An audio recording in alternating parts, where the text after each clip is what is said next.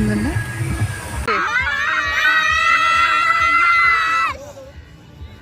ডাকছো নাকি?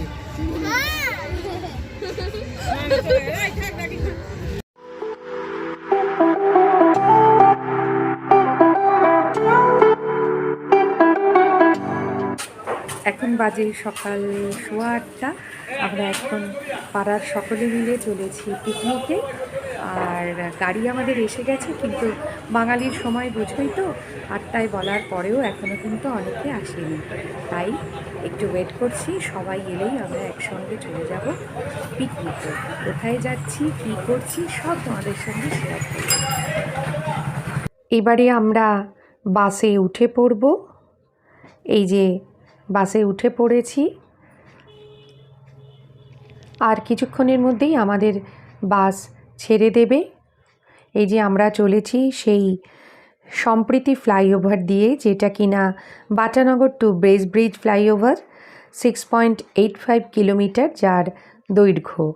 ব্রিজটা বেশ সুন্দর, আর এত বড় ব্রিজে চড়ে বেশ ভালোই লাগছিল। আমরা চলে এসেছি আমাদের পিকনিক জানি।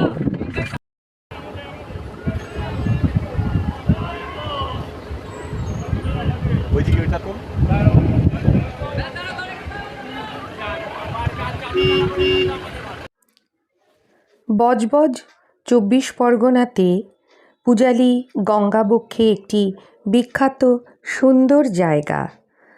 আমাদের পার্কিং প্লেসে গাড়ি রেখে দিয়ে তারপরে আমরা চলেছি পূজালির নেতাজি পার্কে, যেটি ছিল আমাদের সেদিনের গন্তব্য। এই যে পার্কের কাছে আমরা চলে এসেছি, আর বাদিকে এই যে টোটো রয়েছে, এখান থেকে কিন্তু আশেপাশে একটি চীনা মন্দির আর রাজবাড়ি আছে, সেটাও ঘুরে নেওয়া যায়। তবে আমরা সেদিন আমাদের পিকনিক স্পটেই সারাটা সময় কাটিয়েছি। এখানে এইরকম 35টি ঘর আছে, যেগুলো পৌরসভার সঙ্গে কন্ট্যাক্ট করে বুকিং করে নেওয়া যায়। 35টা স্পট এখানে শুরু হয় 2,500 টাকা থেকে 12,000 টাকা পর্যন্ত।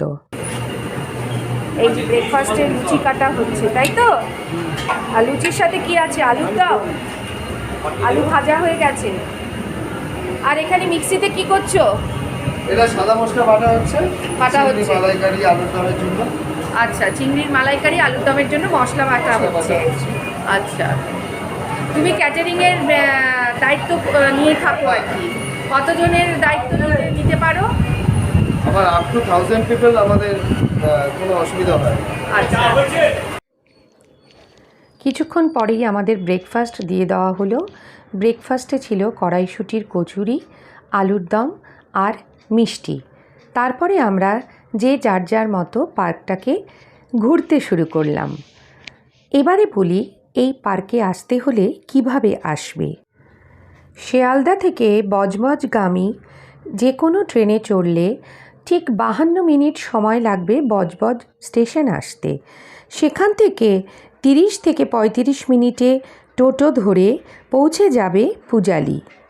অফিস পিকনিক বা ফ্যামিলি পিকনিক সব কিছুর জন্যই কিন্তু একেবারে আদর্শ জায়গা। একটি শান্ত, স্নিগ্ধ, মনোরম পরিবেশে প্রিয়জনের সঙ্গে অথবা সারা সপ্তাহ কাজের পর পরিবারের সঙ্গে একটু সময় কাটিয়ে নেওয়া যেতেই পারে। এই যে এখানে খেজুর গাছের ওপরে একজন দেখা যাচ্ছে যে খেজুরের রস পাচ্ছে। আসলে এটা হলো একটা ড্যামি, যেটা কিন্তু আমি একেবারেই বুঝতে পারিনি। পার্কটি খোলা থাকে শীতকালে সকাল 7টা থেকে সন্ধে 6টা পর্যন্ত, আর গ্রীষ্মকালে এটা সন্ধে 7টা পর্যন্ত খোলা থাকে। স্থানীয় মানুষেরাও কিন্তু এই পার্কে ঘুরতে আসে। প্রবেশ মূল্য মাত্র 10 টাকা। গঙ্গাবক্ষে বসে সময় কাটানোর জন্য এইরকম অনেক চেয়ারের ব্যবস্থা করা আছে। আর পার্কের ভেতরেও কিন্তু টুকিটাকি খাবারের ব্যবস্থা আছে। আর আছে অনেক দোলনা, ষাঁড় দিয়ে দোলনা। আর আমার তো দোলনা চড়তে এত ভালো লাগে যে বেশিরভাগ সময়টাই আমি দোলনা চড়ে আর গঙ্গার ধারে বসেই কাটিয়ে দিয়েছি। এই রুমগুলোতে আমি একেবারেই যাইনি, কারণ সারা সপ্তাহ তো রুমের ভেতরেই ছিলাম। আর এখানে এরকম একটা গ্যালারি করে দেওয়া আছে, যেখান থেকে বসে সুন্দর গঙ্গার হাওয়া আর গঙ্গাকে দেখে সময় কাটিয়ে নিতে পারা যায়।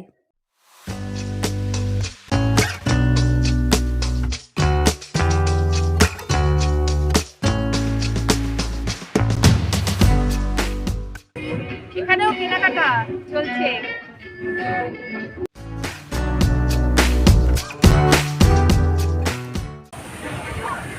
বাহ, দেখো দিচ্ছি আমি পয়সা, দাঁড়াও। আর ইয়ালোটা দেখি, ইয়ালোটা দেখি, হলুদ ফুলটা দেখি, ও লাল নীল সবুজ হলুদ দেখে।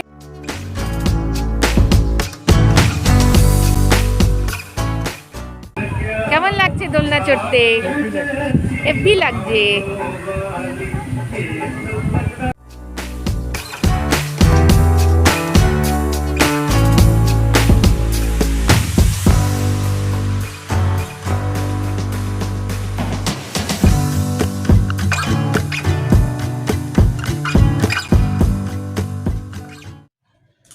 এই যে এখানে দোকানে বাচ্চাদের জন্য নানা রকম খেলনা ছিল। আর আমার দেখা দেখি আমাদের মতো অনেকেই কিন্তু এই রকম মাথায় হেয়ার ব্যান্ড কিনে তারাও পরে নিয়েছে। আসলে ঘুরতে গেলে আমরা কিন্তু নিজেদেরকে হারিয়ে ফেলি একেবারে। এই যে তাপসী, আমরা একই জায়গা থেকে শাড়ি কিনি, একই ব্র্যান্ডের শাড়ি। মন তোর শাড়ির অ্যাডভার্টাইজমেন্ট করে দিলাম আমরা সবাই। মনের থেকে শাড়ি কিনো, মন আমার বান্ধবী, অনেক সুন্দর সুন্দর স্টক আছে। তাপসী আর আমি একই শাড়ি পরে এসেছি, দেখো একই রকম শাড়ি কিনলাম। এই দেখো, লহেরা চল है जैसे बादल बाहों में भरी चांदनी।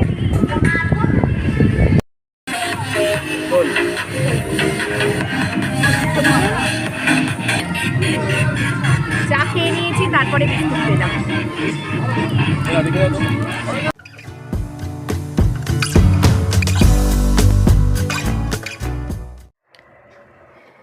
এই পার্কটির বিশেষত্ব হলো এই পার্কের পেছনে আছে একটি নদীর বাঁধ।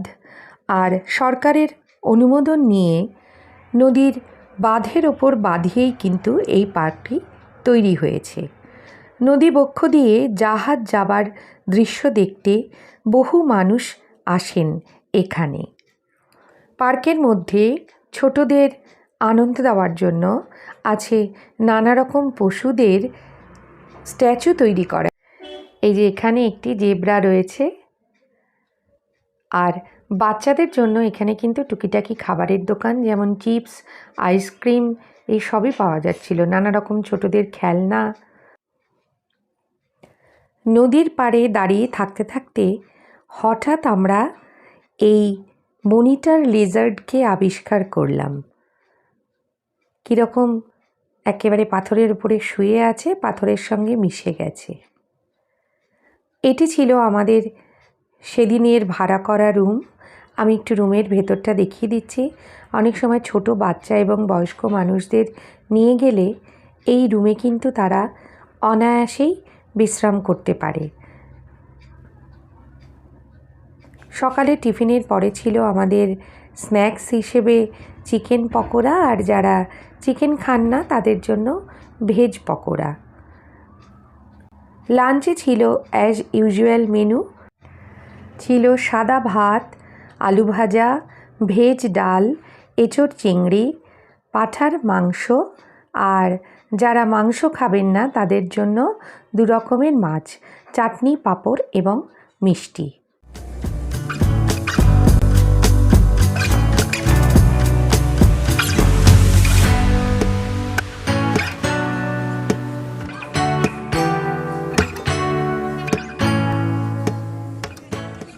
লাঞ্চের পরে আমরা আবার চলে এলাম সেই নদীর পাড়ে, আর অনেকে এখানে আইসক্রিমও কিনে নিচ্ছে। বিকেলবেলা কিন্তু এই পার্কটাতে সকালের তুলনায় অনেক বেশি ভিড় জমেছিল। এতক্ষণ ভিডিওটি দেখার জন্য আমার সব বন্ধুদের অসংখ্য ধন্যবাদ। কমেন্ট বক্সে লিখে জানিও যে আজকের ভিডিওটি তোমাদের কেমন লাগলো। আর যদি খুব ভালো লাগে অবশ্যই কিন্তু গিয়ে ঘুরে এসো একদিনের ছোট্ট ট্রিপ পূজালি।